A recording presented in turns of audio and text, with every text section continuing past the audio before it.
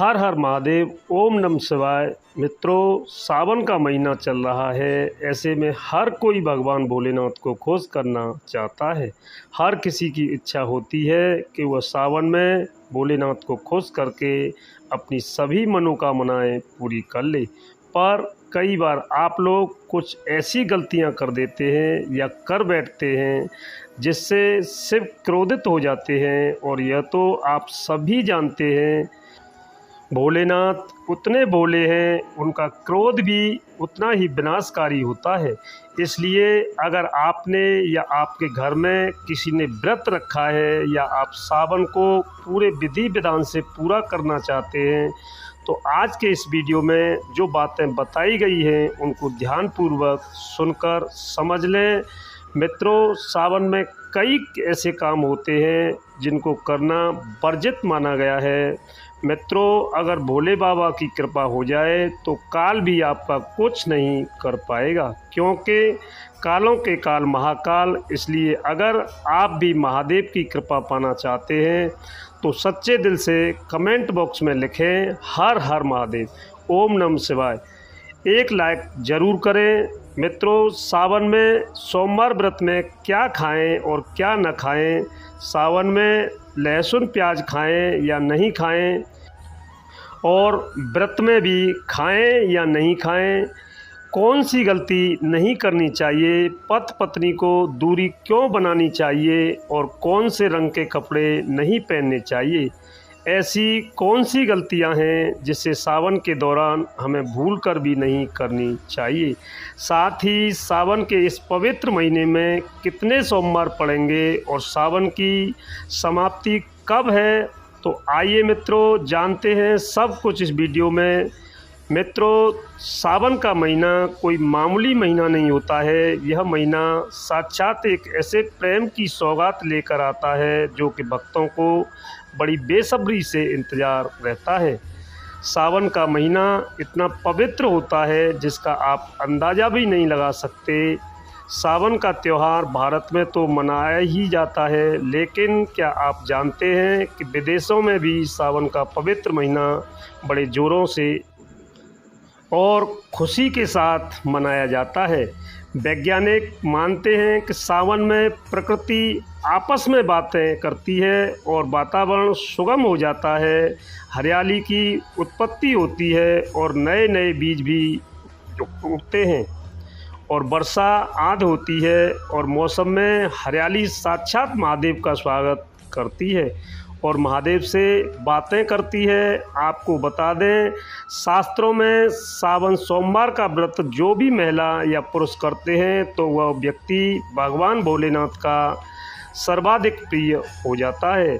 ऐसे व्यक्ति को भगवान भोले बाबा अपनी शरण में ले लेते हैं। मित्रों, सावन में कांवड़ यात्रा का क्या महत्व है। शास्त्रों के अनुसार माना जाता है कि सबसे पहले कांवड़ यात्रा भगवान परशुराम ने भगवान शिव के समर्पित अपने कंधे पर उठाई थी, और तभी से भगवान शिव को प्रसन्न करने के लिए कांवड़ यात्रा की जाती है।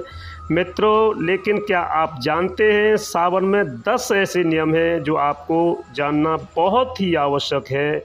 अगर इन नियमों का पालन आप अपने जीवन में नहीं करते हैं तो आपको भगवान शिव के क्रोध का सामना करना पड़ सकता है।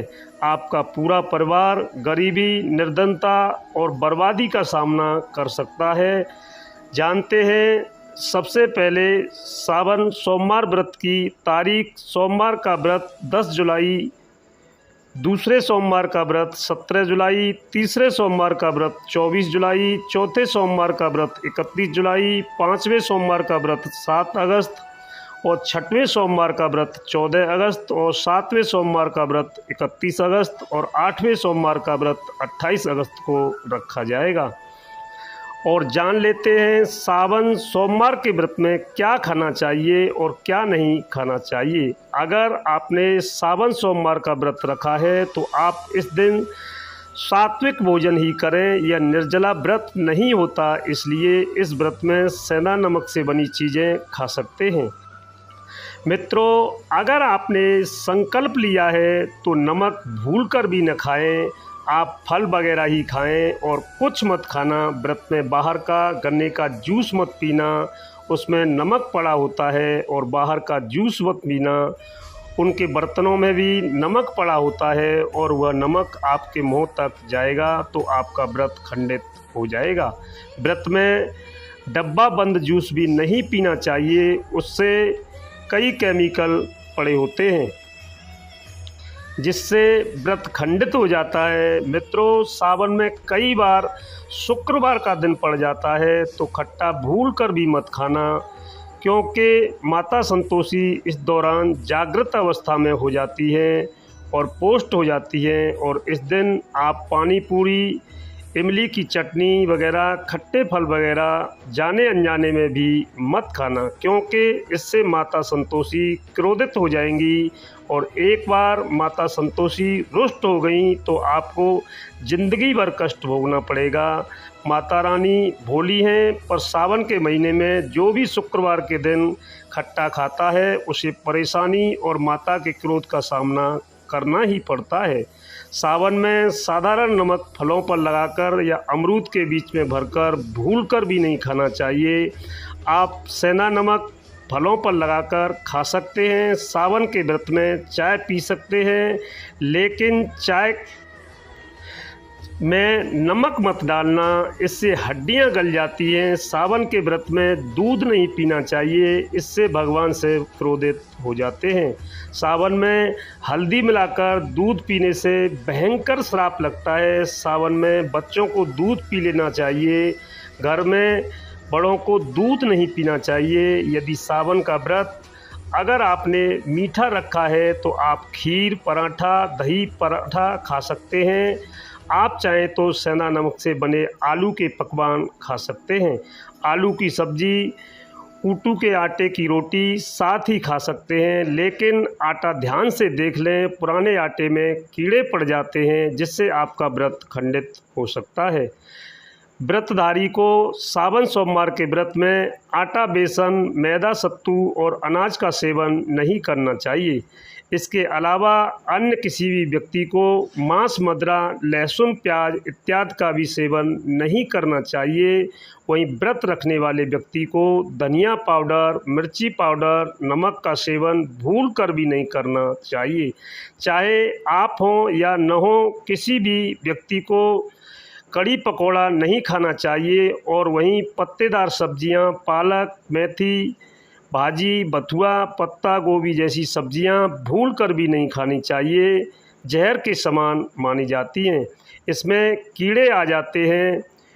और जो भी व्यक्ति सावन में बैंगन की सब्जी खाता है उस व्यक्ति को घोर पाप लग जाता है। इसी कारण लोग द्वादशी और चतुर्दशी पर बैंगन नहीं खाते। पत्तेदार सब्जियां क्यों नहीं खाई जाती, इसके पीछे एक कथा है, मैं आपको बता रहा हूँ। मित्रों, सावन के पवित्र महीने में कौन सी गलती नहीं करनी चाहिए। ये गलतियाँ पाप का भागीदार बनती हैं और साथ ही साथ ऐसा व्यक्ति नरक में अटका रह जाता है। सावन में घर के सभी लोगों को सुबह जल्दी उठना चाहिए और जितना जल्दी हो सके कम से कम पहला सावन स्नान अवश्य करें। परिवार में सब कुछ दान करना चाहिए। यदि कोई बीमार है तो उस पर गंगा जल के छींटे मार दें। सावन में किसी भी गरीब का अपमान न करें। मित्रों, क्या पता है उस गरीब के रूप में भगवान शिव ही हों, क्योंकि भगवान शिव सावन में अपने भक्तों की परीक्षा लेने आते हैं। सावन में देर रात तक सोने वाली महिला का पति बर्बाद हो जाता है और उसकी मृत्यु निकट भविष्य में जल्दी हो जाती है।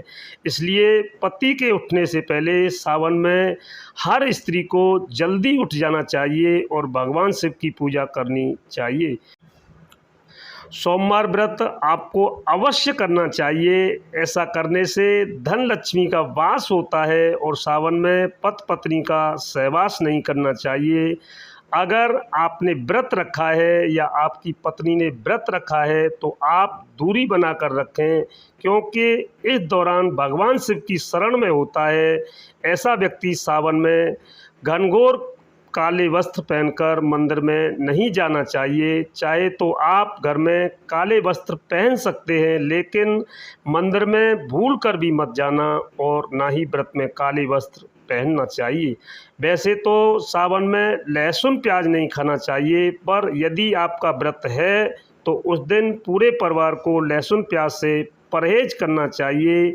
सावन के महीने में घर में गंदगी नहीं होनी चाहिए, इससे प्रकृति नाराज़ हो जाती है। और सावन में आपके घर का जो मंदिर है उसमें माचिस के खाली डिब्बे या माचिस नहीं रखनी चाहिए।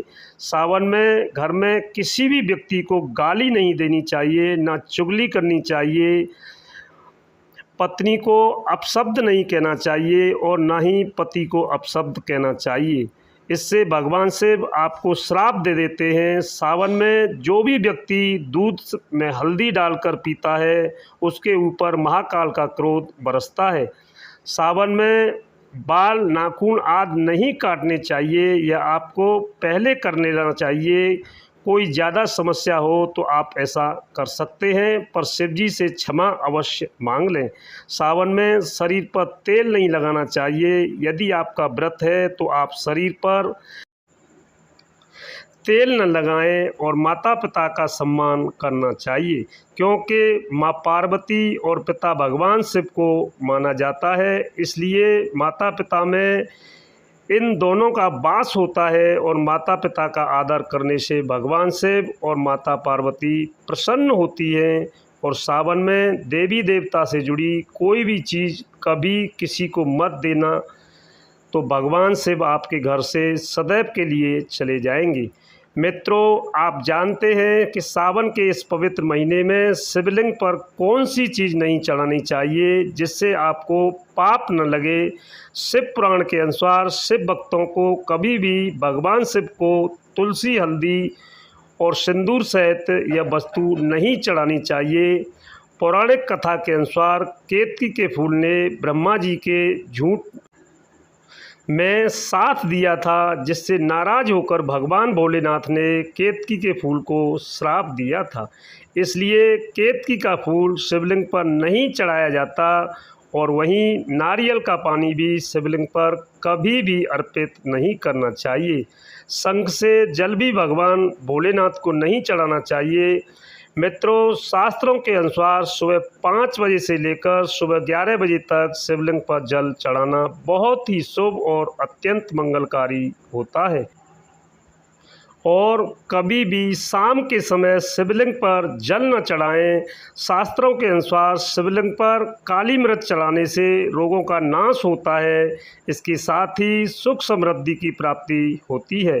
घर में कभी भी अंगूठे के आकार से बड़ा शिवलिंग नहीं रखना चाहिए और शिवलिंग पर जल धारा अवश्य होनी चाहिए। भगवान भोलेनाथ को टूटे अक्षत कभी अर्पित नहीं करनी चाहिए, इससे शिव क्रोधित हो जाते हैं। और सावन के महीने में कटे फटे बेलपत्र शिवलिंग पर कभी न अर्पित करें। बेलपत्र की संख्या 3 होनी चाहिए। मित्रों, इसी के साथ ही आप सभी को मेरी तरफ से जय श्री कृष्णा, राधे राधे, हर हर महादेव।